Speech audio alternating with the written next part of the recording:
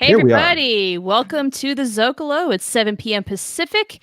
We are talking all things, the beautiful things of Babylon 5. That's what we do here every single week. And today we're going to talk about, as you call it, Norm, the backup cast.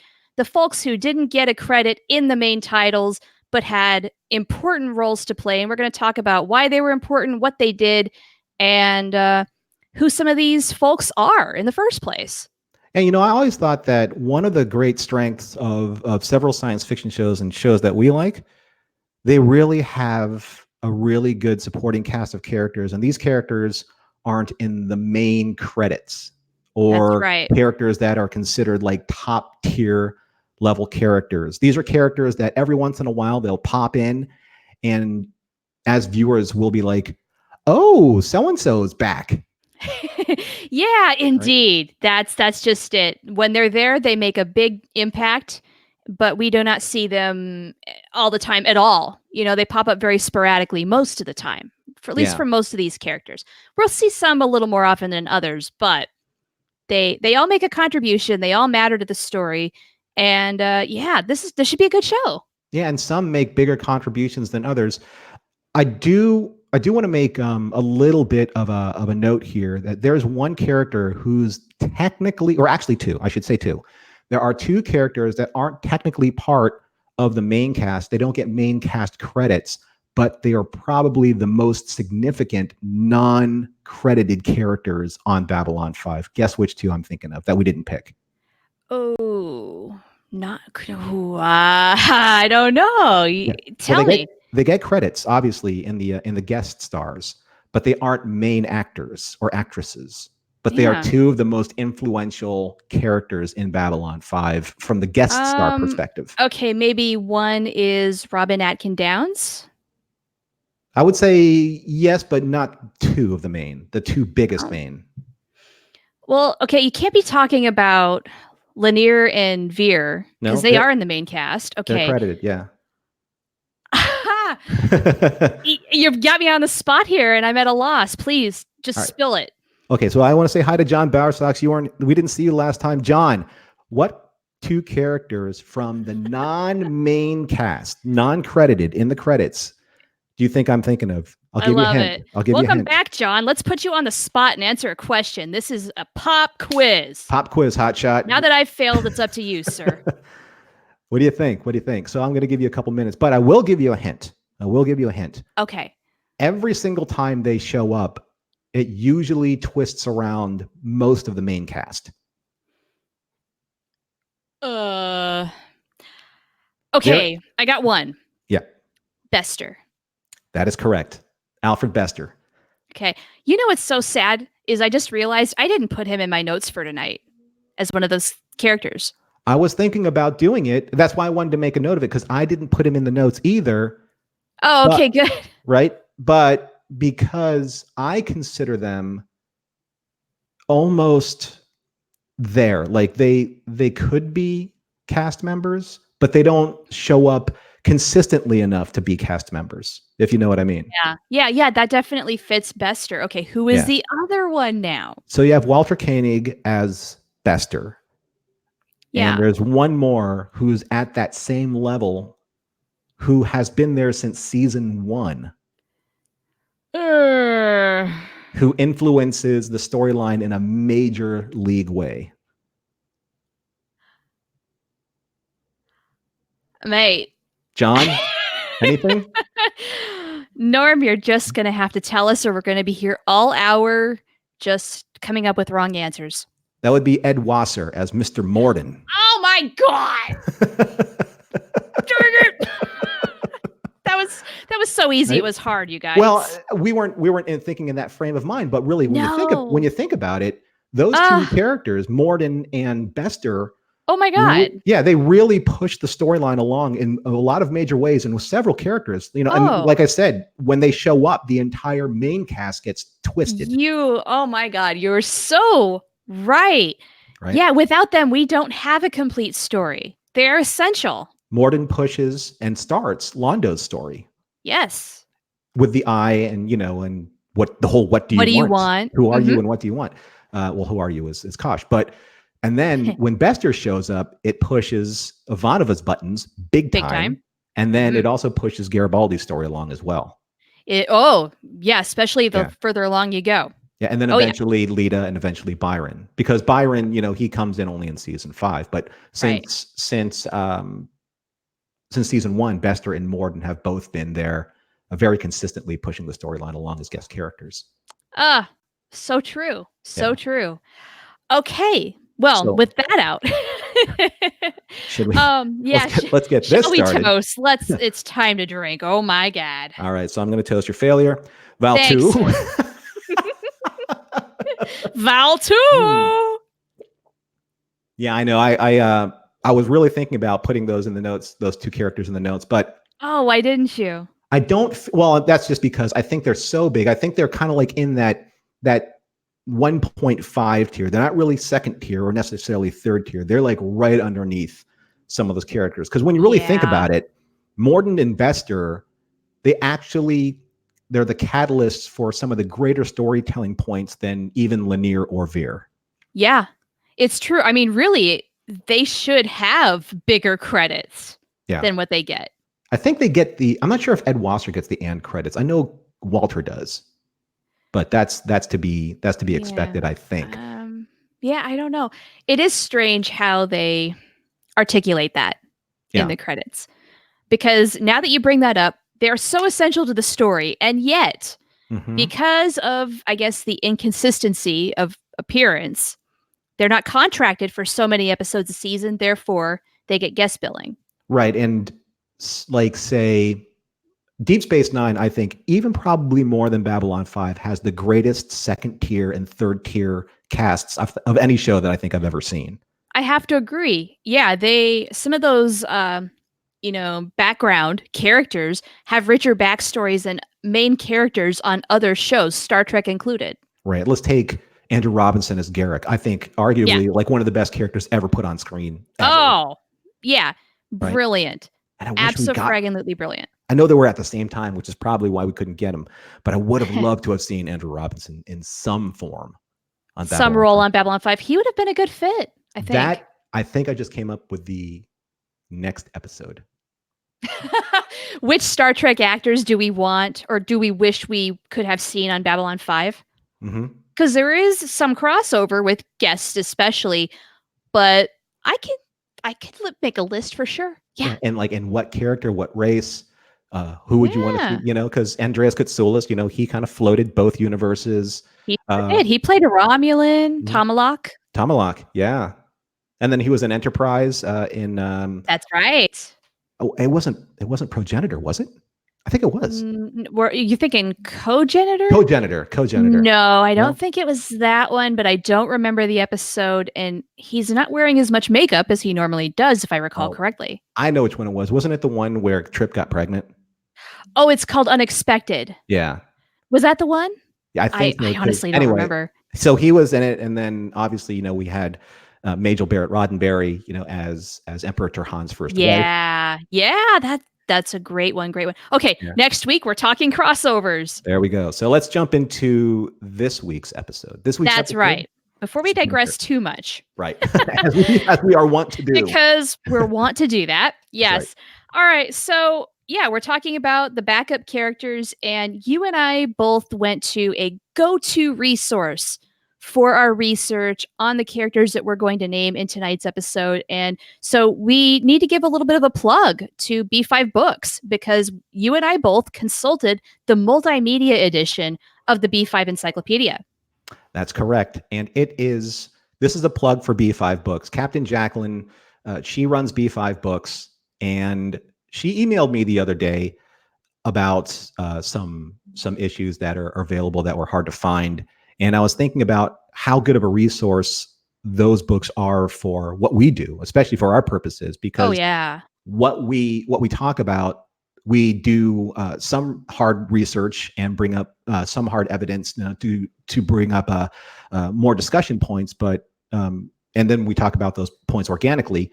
But the multimedia edition of the B5 Encyclopedia, and there are two versions. There's the imprint version, and then there's the multimedia version. And I will put a link in the ZócaloCast Facebook page so that people can see it. But what it is, now I'm going to read the list of the specs here. Okay, go for it. So, what are the benefits of the online multimedia edition as in comparison to the printed edition? Well, you pay once and you have access forever, unless the That's data gets beautiful. wiped. So that's, yeah, you have that. You have that online. You have that. It's portable. It's kind of like, why do I need a set of encyclopedias anymore when I can get everything through Amazon or digitally Right. or Instead of the big heavy book, which is a great thing to have, you can access the same information right here at your fingertips, which is what I did last night, compiling data, and all you have to do is search and go and you've got it. Isn't technology wonderful? It really can be. Yeah, but I do like the Babylon 5 encyclopedia just because it looks just Oh, it's absolutely gorgeous. delicious. So you have pinch and zoom images, which means you can do the pinch and zoom thing and enlarge your images and check out all the detail, of which is amazing. Some good Right? stuff in there. Amazing. Over 1,000 Yeah. entries feature video related to the text. So you have video and text working together. High definition. We're talking about 1080 Blu-ray quality. Yeah, High good resolution stuff. definition of these images of ships and other assets to the show. Portable, as we talked about, searchable. All entries contain hyperlinks. Other than the headwords, are hyperlinked to the entries. So most of your major entries are hyperlinked. No shipping or charges because you don't have to ship it. No. Let's see. View entries alphabetically, by episode, or by category. So you have a really nice list of filters that you can search very quickly for, like what we did. We searched certain characters and they brought up all of their entries. Super handy for when you have an idea of something that you want to look up, but say, it's in an episode title. So let's say Exogenesis. Mhm. And so you look at that episode, you find all the things, you read through. Oh, there's the thing that I was looking for, and it's hyperlinked, and there's an entry for it. Bam. Don't you love it when you like read it and you're like, oh, that's the one that did the thing and that person, and and like, oh, we got to talk about that. Yeah. Exactly. So it's a nice little kind of appetizer for the main course, of which is watching the episode. Also, exclusive B5 trivia, word search puzzles, crosswords, 5,000 plus canonical entries.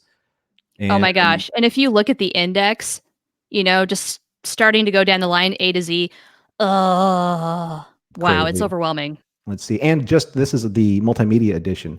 4K high definition images of 47 plus ships, 293 videos rounding out the major and semi-major characters, of which we're talking about tonight, the semi-major characters. HD CGI clips of ships in motion, which are amazing. So good. And more and more and more. So please check out b5books.com.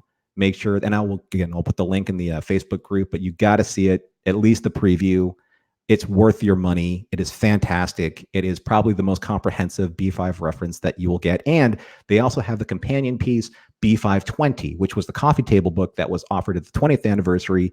And there are bundles that you can get together. They're both multimedia versions. And it's that book I can't even recommend more highly. Both of those together. The only thing I would want, Char, the only thing I would want is if they made a data crystal version of it. Someday that might happen. Now available on Data Crystal. Right. I want a data crystal with a USB port or some type of like a micro USB and pop it in, and there it is. I just want to pull that out and have a data crystal. Yeah, that would be so cool. Right. It really would. Maybe someday in the future, they'll use that as a way to kind of revitalize the marketing of their assets. I'm not sure. They always seem to find new things, new ways to market stuff. And then a lot of this stuff is rare too. They have other script books, and a lot of times they're signed by actors. There's all sorts of special deals that they have.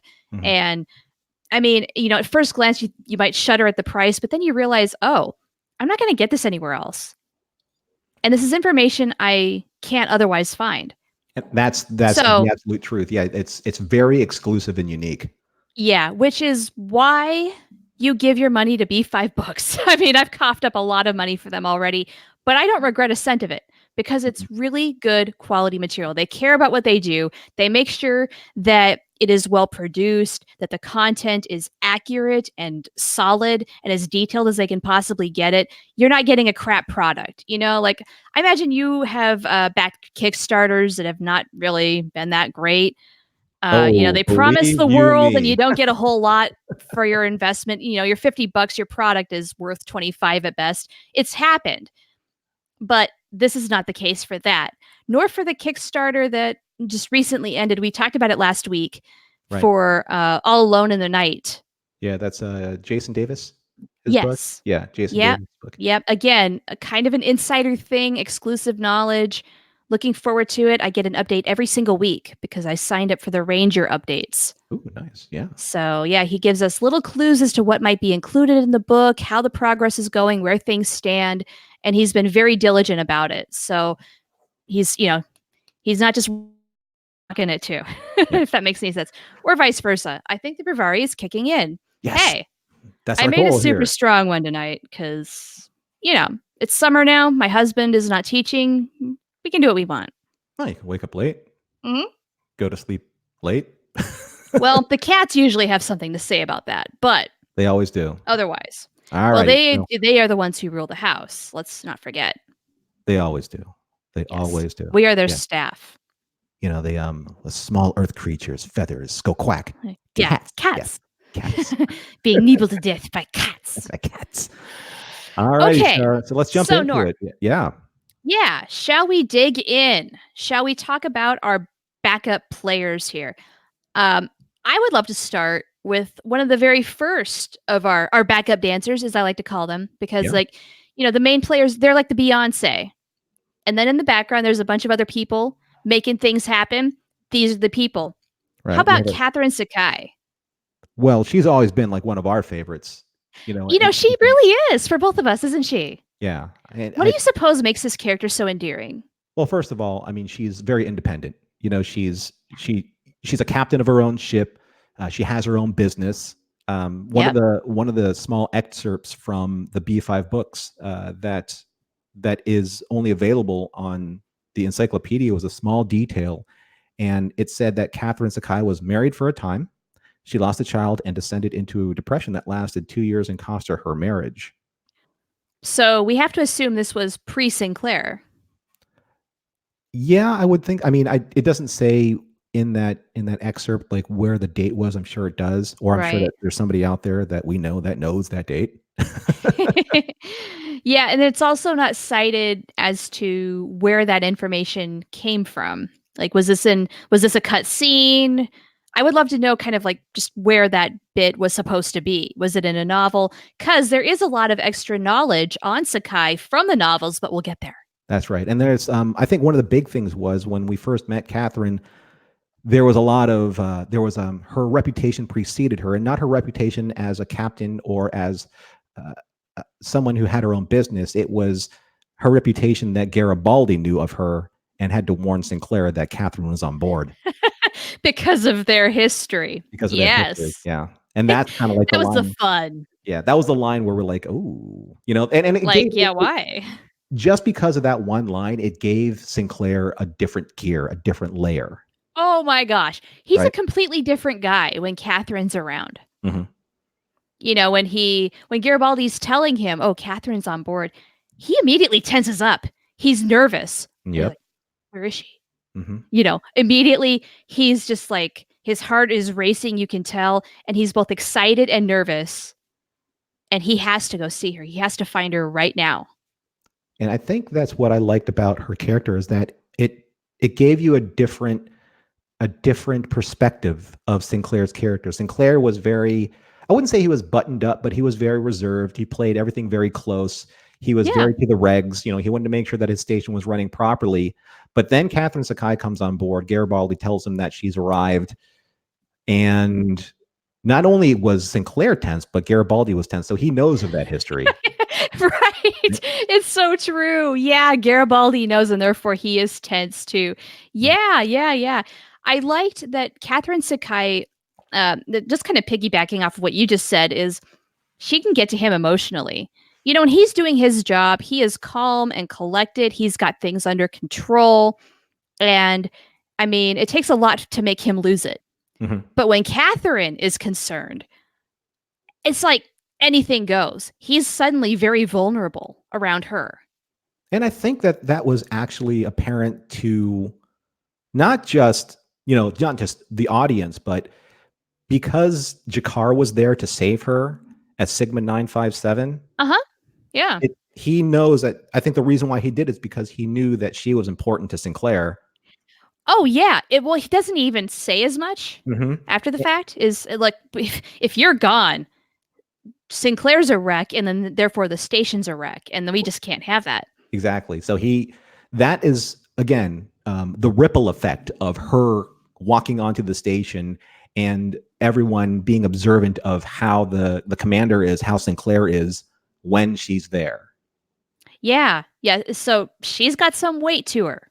Yeah. And without her, we wouldn't have had kind of like that big reference of Quantum 40, which we know that powers helps build the jump gate technology. Yeah. And because she went out to Sigma 957 against pretty much everybody's, Everybody's objections. Yeah. We got to see the first example of a first one. That is correct. So, and that great speech of Jakar saying, what is that? It's an ant. If you pick up an ant and the ant says, looks at you, the alien's like, what is that? They're not everything here is exactly as it appears or it seems. Yep. I love that speech so much. That's one of the most, that's one of the first really big, profound Jakar moments. Yeah. In Babylon 5. When I think of Catherine Sakai, I think of that moment. Mm-hmm. And then I think of when, she and Sinclair are kind of holding each other after the assassination of Santiago. And he says, nothing's the same anymore. Yeah. Those two moments. When I think of her, I think of those things. Those are my key moments, if you will. Yeah, absolutely. And she was also, I was always a big fan of Julia Nixon because the first time I ever saw her was in Rambo, First Blood Part 2. She played her Rambo's or Stallone's Vietnamese love interest and kind of like her, she was his guide, through Vietnam. And I really liked her character then. And then I think she was like in a bunch of kind of like, a standard, background player type stuff. And then all of a sudden she popped in onto to Babylon 5. I'm like, oh, it's Julia Nixon. I always liked her. I mean, I was always attracted to her. I found her very attractive. Hey, she's pretty. She sure is. But I do think that she wasn't just the damsel in distress type character for the male lead. She held her ground. Yeah. She was just as educated. They kept throwing their poetry back and forth at Tennyson and all that stuff. And oh gosh, I love that dinner date she and Sinclair have where they kind of go give us some exposition on the relationship.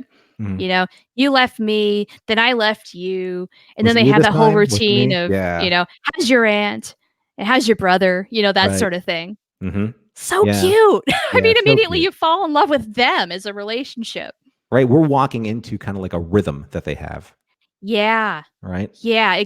We just kind of dive right in with them into this cycle, not really knowing for sure where it's going to go, but we're here for it. So, okay, here we go again. So Dennis has a great comment. We ought to interject with that, where he says, Catherine Sakai was one of my favorite supporting characters, and I wish she would have stayed around past season 1. Her fate is a big part of the story in the book, To Dream in the City of Sorrows. Yes, there is a lot more to Catherine Sakai than what we got on screen because, unfortunately, by the end of season 1, she's gone because Sinclair's gone.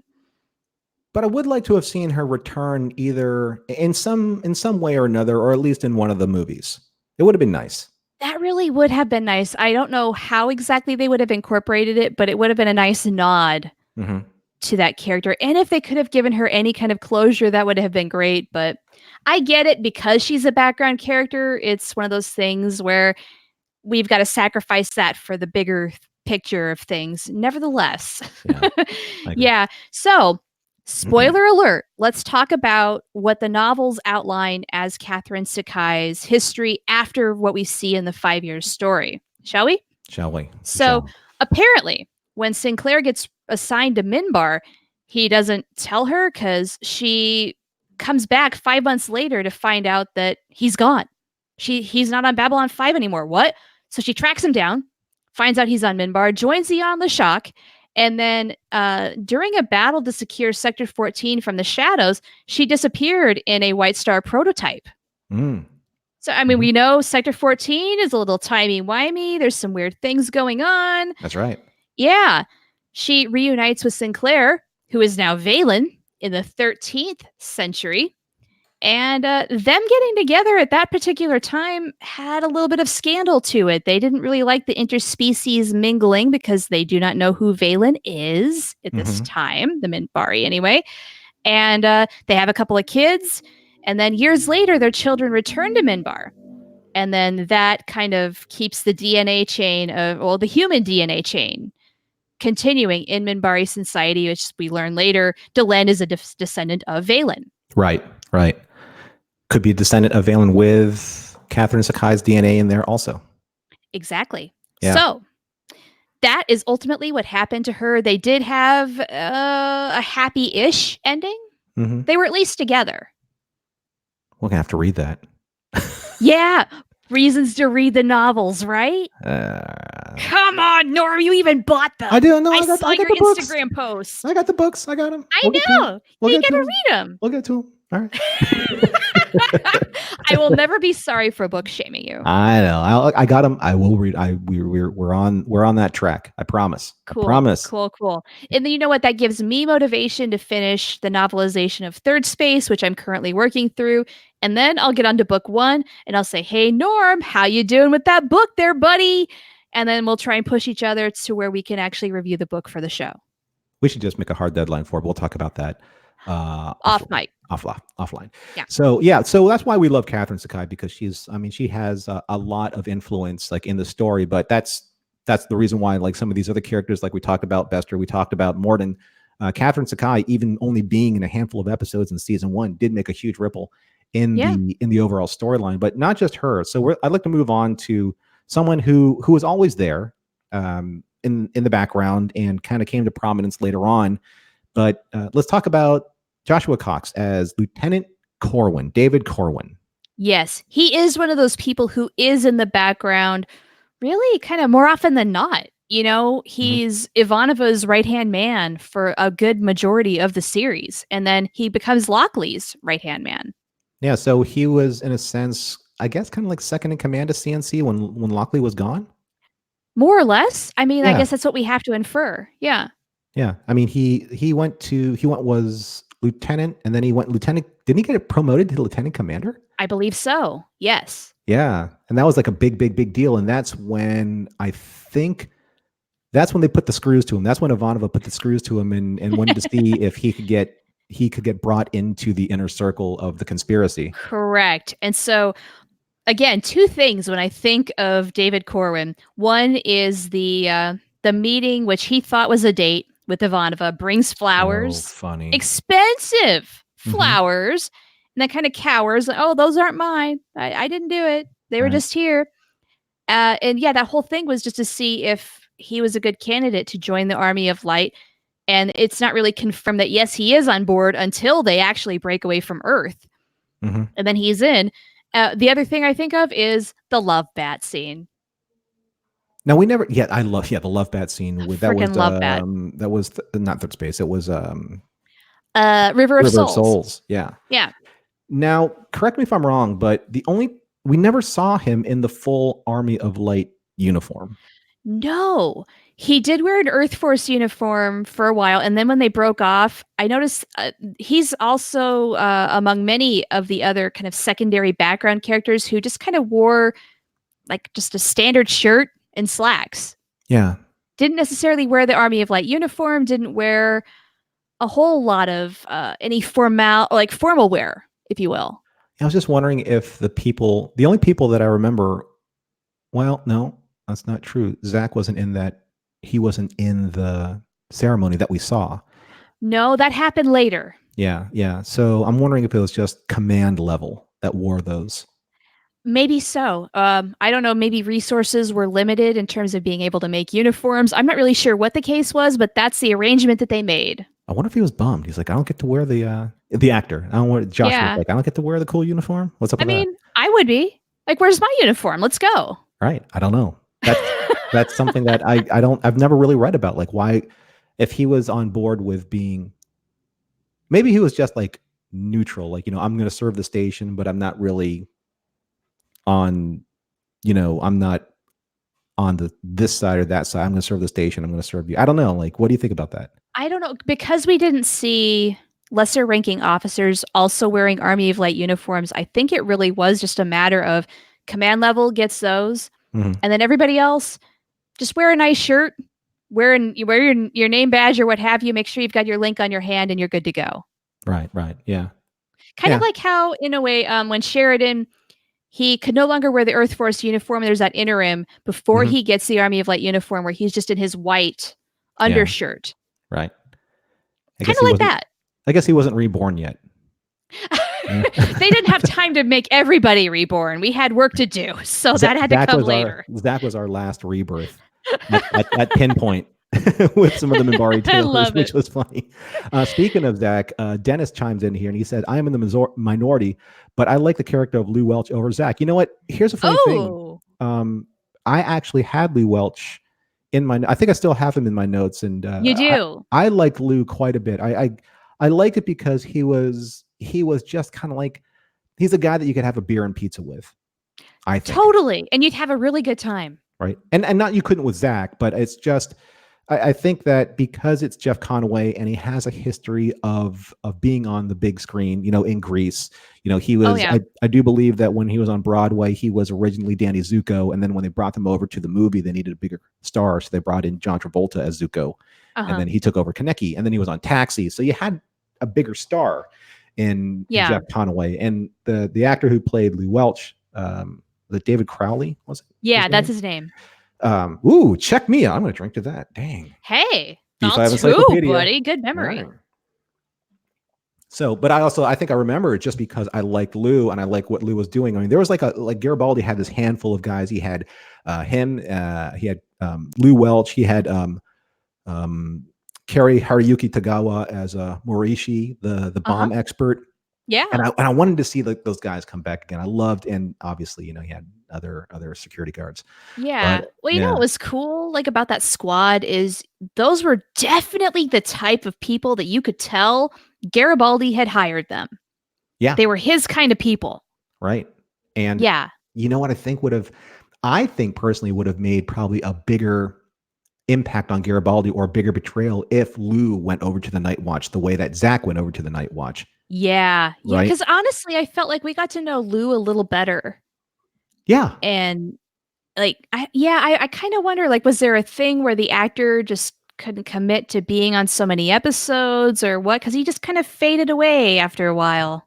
I don't remember, but I do have an excerpt from Babylon 5 Encyclopedia that I could read. And Have at it. I'm going to skip the his service on the station, but it says here, let's see,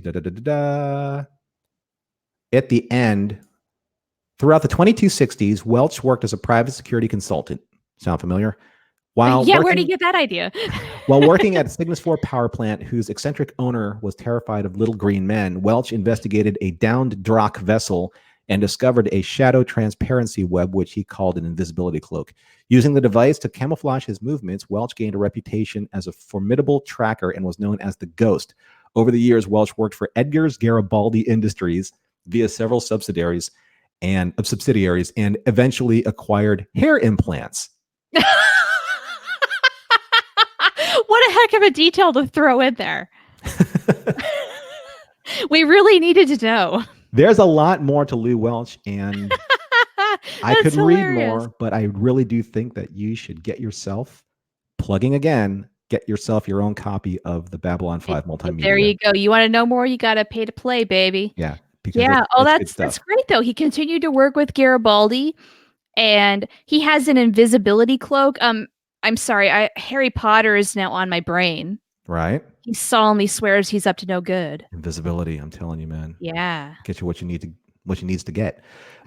Dennis, that's funny. Damn, that would have been messed up if Lou went to the Night Watch. You are right. I think Garibaldi would have felt more betrayed. You know what? It's not just I think Garibaldi would have felt more betrayed. We as the audience also would have felt more betrayed because at Yeah, that absolutely. time we had more at stake with Lou. We knew him better. Right. We knew him better. Yeah. So, and especially if we would have kept the longevity with him, if we would have kept going more and more with him rather than Zach, oh my gosh, that would have really sucked. Yeah, we fell in love with Zach because he was able to fill the role that that character, Garibaldi's right hand man that he needed to trust. We were able to pour our feelings and our emotion and our trust in that character, and obviously, Jeff Conaway, he made Zach that character that we fell in love with, and we were heartbroken, which what happened to him in real life. But it's just, when you, like Catherine Sakai, when you establish these characters early on in season 1, you want to see them continue. Sure, which actually kind of makes me wonder, like, behind the scenes, was there just not enough compatibility with the actors? Was there not enough chemistry? I kind of wonder what happened, or was this always the plan? Was it was always going to be Zach? Well, we'll have to do a little bit more digging for that. Might be a good question for JMS on Twitter. Let's do it. Yeah. After the show. After the show. All right. So our next character, and I know that how much we both love this character. Why don't you take this one? Let's take this one. You take this one, Char. Are we talking about Natoth? We are talking about Natoth. Okay. Yeah. Personally, I am a big fan of the Julie Caitlin Brown Natoth. Mary Kay Adams did fine, but she portrayed a very different incarnation of Natoth, which I feel was softer. And I really liked, just right off the bat, the moment she gets on the station, the Julie Caitlin Brown version, she's in it to win it. She's going to do whatever needs to happen by any means necessary, make it work. Her first assignment is working with Jakar to fend off an assassin. Yeah. Yeah. That is a real, mind blowing. That's your first assignment. The moment you get on the station, that's what you're here to help, do. Wow. Okay. This is a chaotic place. And she just takes it and wrangles it and does her job with gusto. Says a lot about her. She is very direct. She is not soft-spoken at all. She's, she just has such a handle on things, and I really admire that. I think she understands kind of like the quote unquote, I'm going to take a kind of like a pop culture, political pop culture vernacular, but she understands the locker room talk in Jakar's life. Well, she understands Jakar's branding of that, sure. Yeah. And yeah, she's no stranger to it. I mean, you can tell. I mean, if you want to use a phrase, she's one of the guys, if that's what you're getting at. Well, I mean, in Narn culture, we know that the Narn have certain appetites. I mean, they have big appetites for pretty much everything. But sure. So when a bunch of women walk out of Jakar's quarters, it's nothing to her. This is every day. Yeah, this is like, what day is today? Is today Tuesday? So this is Tuesday. You wait till Friday. But the episode I think that really gave her a lot of gravitas and a lot of agency in the series was Deathwalker, because they introduced the concept of the Sean Carr, the blood oath, to avenge her father, and how that she became a pawn in the political struggle with the anti-agapic that Jador was creating, and the only way that the Narn regime was going to get it and get that leg up politically, influentially, was to sacrifice Natoth, and he wasn't going to do that. No, he wasn't having it. Right, but I don't think that it crossed his mind not to do it, but he wouldn't do it. Just for a second. You might be right. Yeah, like maybe maybe just for a second. And we are dealing immediately no, that's scratched off. That can't happen. Yeah. We're dealing with Jakar here. Right. Yeah. Or at least season 1 Jakar. He and Natoth really do seem to kind of hit it off right away. Yeah. Like they gelled quickly. They bonded quickly. Now, Dennis said, this is interesting. He said that I did not like Natoth. I felt it was better when Jakar was alone without an aide. Oh, that's an interesting comment, because what's interesting to me is the first time I watched Babylon 5, I mean, Natoth was fine, enjoyed her, but when she was gone, I didn't notice for the longest time. Once he's Citizen Jakar and he's on his own, cool. It didn't even occur to me, oh, where's Natoth? Well, I think that because we were dealing with a huge transformation in his character, and Andreas Katsoulis is such a great actor, he kind of overshadows every scene that he's in. True. Because his presence is so big, that in the realm of the aides, and even as brilliant as Billy was as Lanier, I think that Veer slightly outstripped Lanier as the aide that probably got whipped on the most. And when I say whipped on, he's like, he had to bear the burden of Londo's failures and sufferings than say Lanier did with, because Lanier had his That's so own, true. right? You know, I mean, yeah, when you look at that in comparison, I mean, Delen's not putting Lanier through that particular kind of hell at all. Not now like that. No, no, no. Lanier's putting himself through his own hell, really. He really is. And I mean, really, the worst thing that Lanier suffers as a result of Delen, and like just like directly in terms of like her failure, is the fact that people don't accept her after her transformation. Mm-hmm. And she's kind of stripped of her powers. She's no longer on the Grey Council and what have you. And she tries to tell him, you don't have to be here anymore. I'm not the person I once was. This is your out. And he doesn't take it. And then after that, then he really goes straight to hell through his own personal problems Right. and his own issues. But I walk where you yeah. walk. Yeah. Yeah. Yeah. I mean, allegiance, he's a loyal dude, if nothing else. You're right, Dennis. Veer got screwed over constantly by Londo. But oh my God, yes. Right? Oh my God, poor Veer. Oh my God. But I also think this will make for a great episode too, like doing all the attaches. But yes, we should. But I also think that Londo was that he was kind of like the bad sensei, you know, where Mr. Miyagi was the good sensei, and that was like Delen and Lanier. Londo was more like the bad sensei, kind of like the overbearing father that pushed the son in a different way. You know, like he wanted right. Veer, you like, will do this. Right. It's like, Veer, if you want to live in this political life of being in the Centaurum, you have to be tougher than you are. You have to be. Right. Which, yeah, he's thinking that he's doing Veer a service, but really, that's not who Veer is. It's not going to work. But when Veer kills Emperor Cartagia and gets that blood on his hands, and the kind of like the, you know, in, what was it, Hamlet or Macbeth, you know, out, damn spot, you know, the blood stain that he can't get out of his hands, the guilt that he can't get out of his mind. Yeah. Veer now understands, and after seeing what Cartagia did to Jakar and to the Narn, he's like, if I stay in this, I understand why Londo treated me the way that he treated me, because there has to be a harder edge to being the emperor. You know? Yeah, I mean, it's true. You had better have a thick ass skin to be able to deal with that, because the things that you have to just deal with on a daily basis, you have to have a certain amount of strength just to, one, withstand it, and then two, just like to power through it and deal with it and deal with these people who are constantly scheming and working behind your back and, you know, all the politicking. I remember like when Veer says, you know, like, what's wrong with you people? Go get a hobby, you know. You know, it's like, I love that line so much. That I think I've said it on the show, but I'll say it again. That's when I fell in love with Veer and Babylon 5. Okay. All right. For real, that was it. The very long night of Londo Mollari, when he says that, he has that outburst. I'm just like, yeah. Now, kind of like circling back to Natoth and kind of like rounding her character out.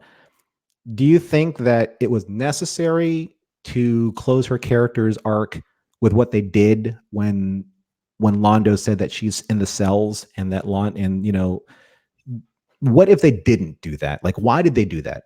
You know, why do you think they needed to do that? You know, I had always presumed Natoth dead until they did find her. It might have been fine to just leave it at that. But you know what? When they did bring her back, when we found out she had been a prisoner, and then they rescue her, and then she can go about her merry way and live a better life, I was happy for her. I was actually kind of happy to see her like, oh yeah, that was a thing. And then that gives her character a lot more closure, and so be it. I mean, it's exactly what it needed to be.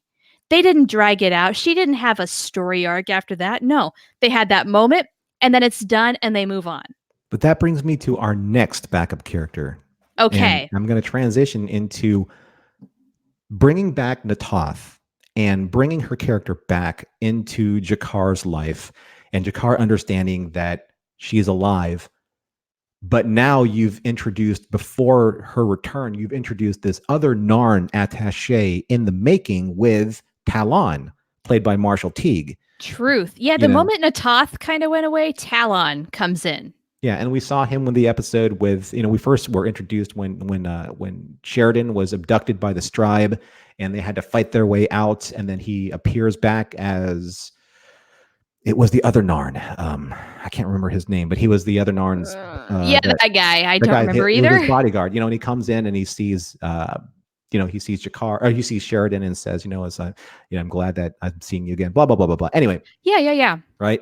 So, also, Marshall Teague as Talon delivers one of my all-time favorite lines. He says that I carry my sword in my hand, but Jakar, citizen Jakar, you carry yours in your mind and in your heart. You have a 2-to-1 advantage in arms. Be merciful, citizen Jakar. Yep, that is one of my very favorite lines from Talon. Yeah. When I think of him, that is one of the things that reigns supreme. What did you think of him, overall, as this backup recurring character? Are you excited when you see him? Where do you think they were going with him? To be honest, I didn't think a whole heck of a lot of him, watching the show, especially for the first time. He is there kind of as that inexperienced young guy, kind of like the attachés, like Lanier and Veer. I think I knew eventually he was going to be kind of like the next person in line, if you will. Yeah. He kind of had that place. And so be it. I mean, there was nothing wrong with that. That's just the way it was. Right. And he stood to learn a lot from Jakar, and I saw that, and I thought, that's cool. He's kind of a representation of us. Mm-hmm. Just kind of coming in and understanding and learning. Okay. Because I don't like thinking about this episode, because it's still to this day, even just thinking about this episode and making this reference just makes me verklempt. But the scene in Sleeping in Light where President Sheridan says, match rotation to the CNC when he's on the White Star, and then you see that great pan across shot, which leads us into our next character. You see, Natath, you see Veer, you see Dr. Lillian Hobbs, you see Lockley, you see number one, or Marjorie Monahan's character. Tessa. When you see Talon there as Jakar's replacement as ambassador, would you have rather have seen Natath? If you had asked me in season 1, I'd say, oh, absolutely, put Natath in as Jakar's replacement at the end of the story. Mm-hmm. But really, Talon did take over, and it's kind of so be it. I didn't have any bone to pick with that. It was fine for what it was, and he's a good, respectable character. He is a lot like those secondary characters where he is the Narn everyman. Yeah. Whereas I feel like Natath had a lot more confidence and belief in herself, and was maybe even a little more rigid than that. Where if she had worked out, it would have been very different. It wouldn't have been bad, but the things that she would have learned from Jakar would have been really different than Talon. And I think Talon was the right person at that time. Does that make any sense? Yeah. What would have been interesting because we never saw Natath in a way, after season 2, what if she was working with the Mars Underground? What if she was off doing these other things, and Talon was not in the picture, and she came back and kind of absorbed the Talon storyline? Maybe that's where she learned how to use the katak, the sword, and that was her. And she and bringing back Julie Caitlin Brown. I just think that somewhere along the line, they wanted to have an attaché slash kind of an apprentice type character for Jakar to have that handover, to make that transition to a newer the Babylon 5, the next generation, for all intents and purposes. When you saw that for scene, real, right? though, yeah. Honestly, I feel like Talon is the better student of Jakar. Mm-hmm. Natath is much more self-assured. She knows who she is. She knows what she is. Interesting point. Yeah, she's very secure in that. Mm-hmm. So really, that's why Talon might be the better choice. Is he does need to fill some gaps in his knowledge. He does need greater wisdom, and Jakar gives it to him, and he embraces the frick out of it. I mean, the Yeah. dude waited outside of Jakar's quarters for 5 weeks while Jakar was incarcerated. And because that was what he wanted to do. He was want Yes. to do that. He was a student of Jakar. Natath was not. No, she wouldn't have waited. She would have like done her thing. Well, what she would She would have have done done something is she different. would have conducted business as usual, Right. doing her thing, whatever it might have been, even though Jakar was no longer the ambassador. Right. Well, she was a trained attaché, political aide. Correct. Right, so, I mean, maybe she would have been working behind the scenes to make some certain things happen. Who knows? She could have had her own storyline, but that's not what we got. So, you know, yeah. I think that overall things worked out the way they needed to, though. Yeah, but great characters in Natath and Talon. But I did mention that in the transition of the change of command from the Sleeping in Light, Not sleeping in scene. light, objects at rest. I'm sorry, Object at Rest. Thank you. We had Dr. Lillian Hobbs, and you brought her into this into our references here because I didn't think about that, but you're totally right. And why did you like seeing her? Well, she's one of those people that you see a lot. She might not necessarily have a whole lot of lines. She might not be instrumental to the story overall, but she's there in MedLab. She's a presence. Sort of like how on Star Trek The Next Generation, you have those people who are piloting the ship. They may or may not even have names, but you see their faces a lot. Dr. Lillian Hobbs is one of those people just about up until season 3, and then she gets some lines. Because that's when Garibaldi inquires about Franklin's blood test because he thinks that Franklin's abusing stims, which he is. And there's that whole thing where a patient almost dies because of a critical error.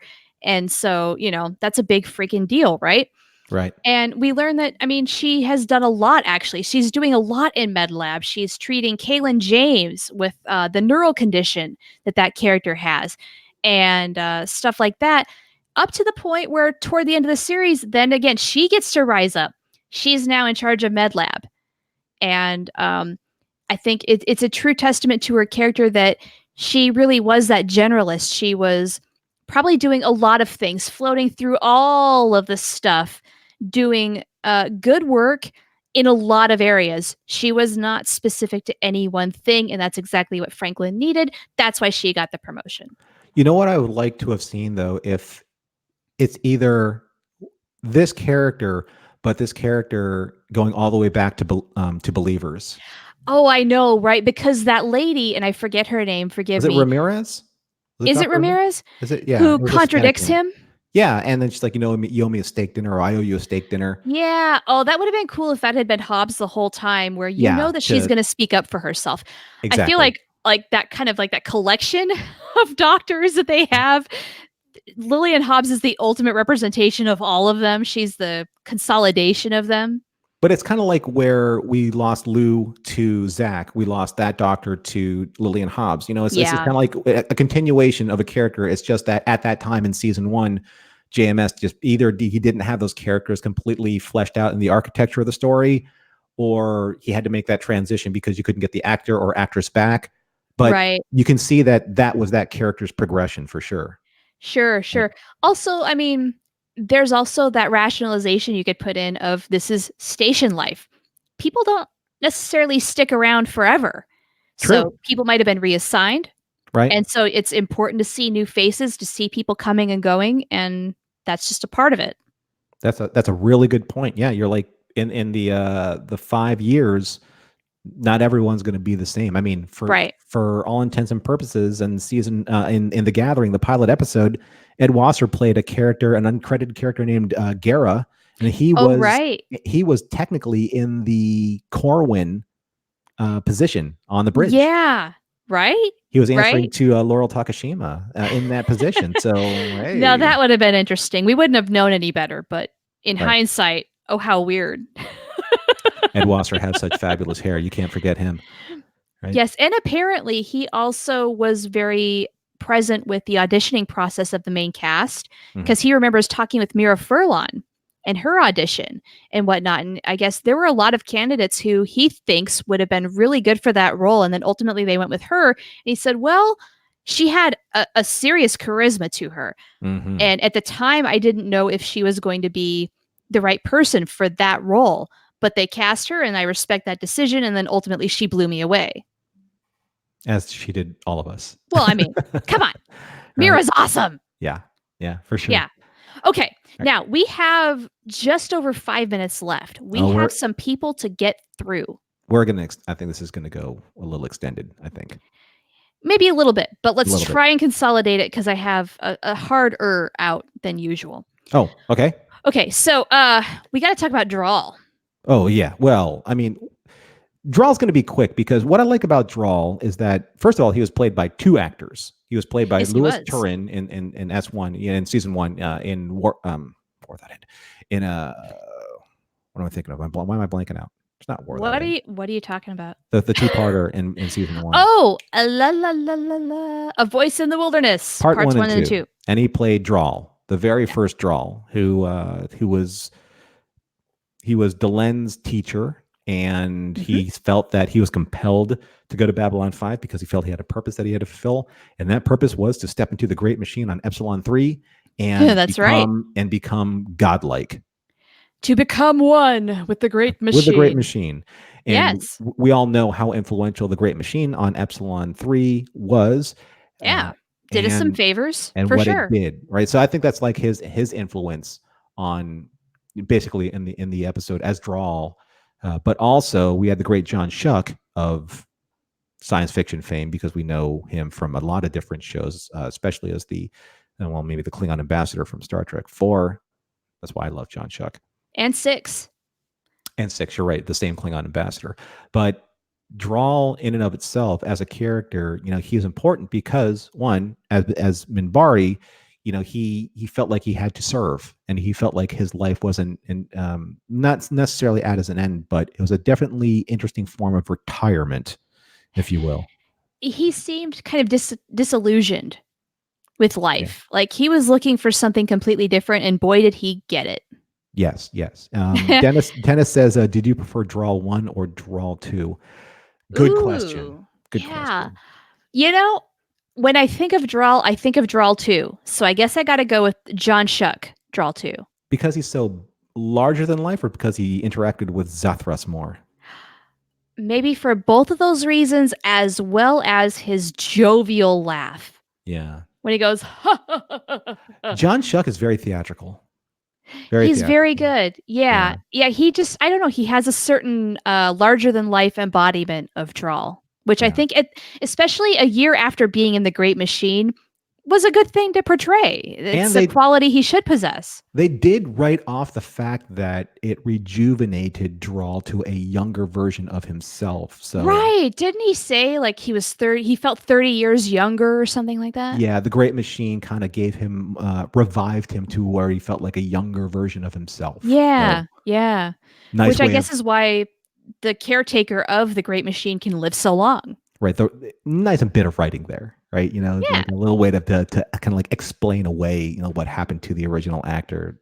So yeah, I just wanted to make a mention of Drawl because he wasn't a big developed character, but what he did was pretty influential, especially when Epsilon 3 was brought into the defense of Babylon 5 in the Shadow War. In the Civil War. Right. That's just it. It mattered a lot for Babylon 5 and our main characters. I mean, we have Ivanova going there to seek out the first ones.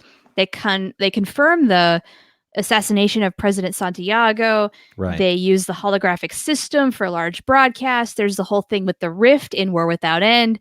Yeah. Some important contributions there. It was and Dennis says number 2, Drawl. I get it. I think we got a consensus. Yeah, John Schuck he's very memorable for sure. He's a very good guest actor. So let's go maybe to one more character, huh? And how about Naroon? So much. Naroon! I love Naroon. For the longest time, I loved to hate Naroon. And he's very hateable. He really is. I mean, especially when he disagrees with the appointment of Delen as Entilza comes on board, and you just want to hate him for that because no, we love Delen and you just leave her alone. But I mean, from his perspective, he doesn't get it. And I think the more you watch Babylon 5, the more you can empathize with various characters and see where they're coming from. He is strictly a warrior at this point, and how dare somebody in the religious caste have a warrior's job as he sees it?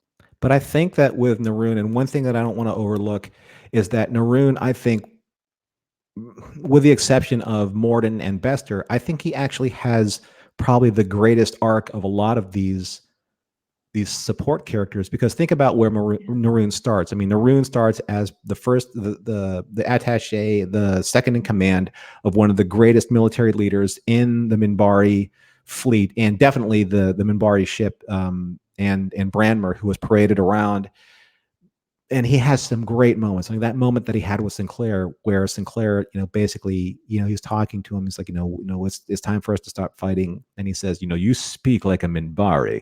I mean, there's a lot of foreshadowing there, but I think that over the course of Naroon's appearances, and especially, when he fought Marcus and understood like why all of these characters and all of these people would sacrifice themselves so that Delenn could become the Anlashakna, and Naroon finally sacrificing himself at the behest of the Star Wheel trial. And he says that, I was a warrior by heart, but in my heart, no, I was a warrior by training, but in my heart, I'm religious. Yeah. It kind of bookends what was happening with Branmer, because Branmer, being this great, warrior figure, Delenn had to abscond with his ashes because he didn't want to be revered as this warrior. He was religious caste by birth, so Yeah. Naroon man. Right. So Naroon kind of like comes full circle when he stands there and takes Delenn's place, because he's like, you know what, the greatest, and this is like the really essence of the Minbari, like the greatest aspect to serve is to sacrifice. And that's what he did. He sacrificed himself so that Delenn could serve. And he continues that religious caste belief. So he transforms, like literally in that moment.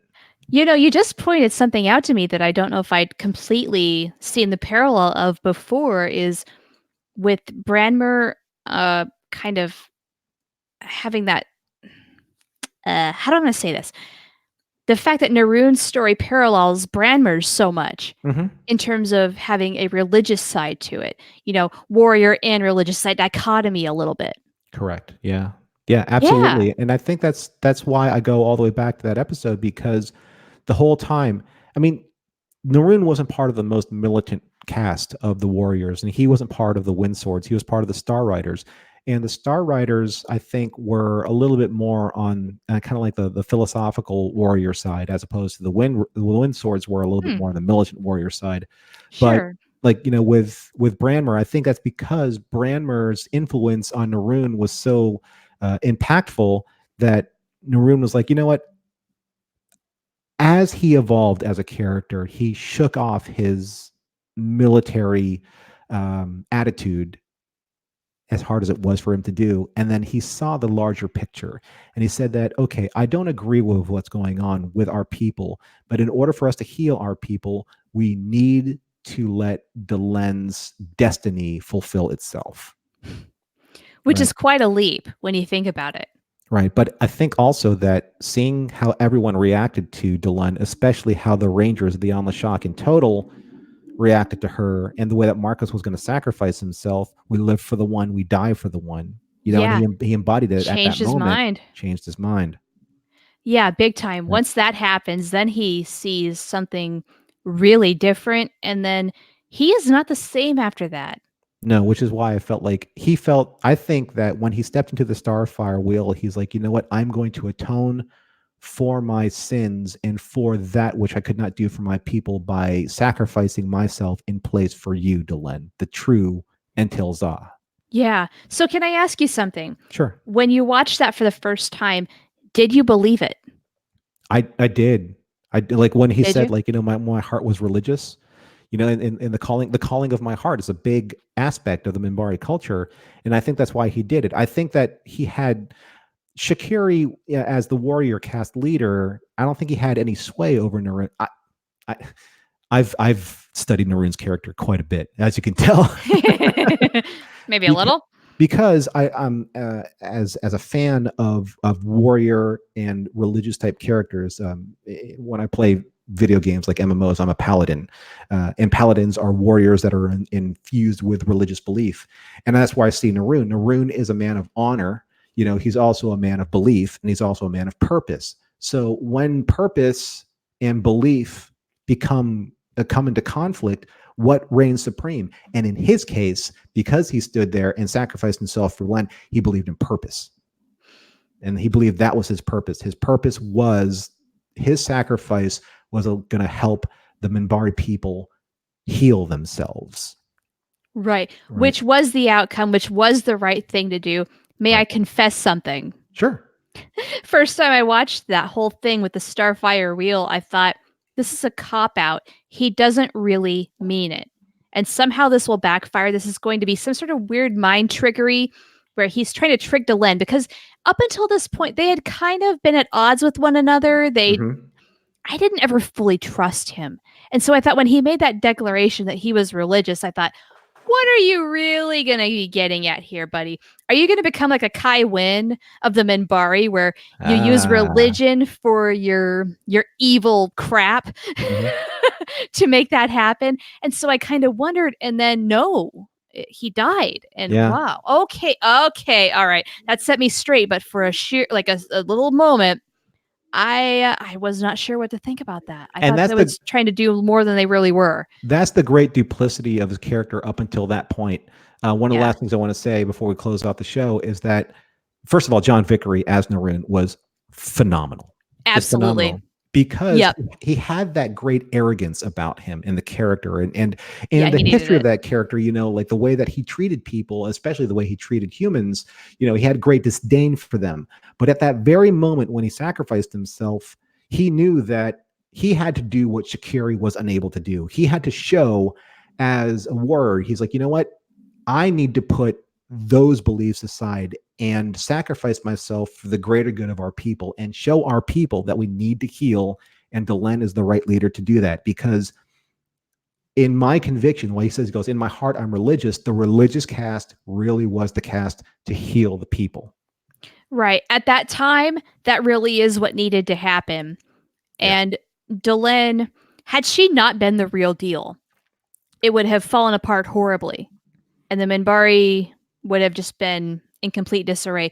However, she was the right person at the right time. The whole thing with the Inquisitor, making sure she really was that person. She was the real deal. She proved that to Naroon.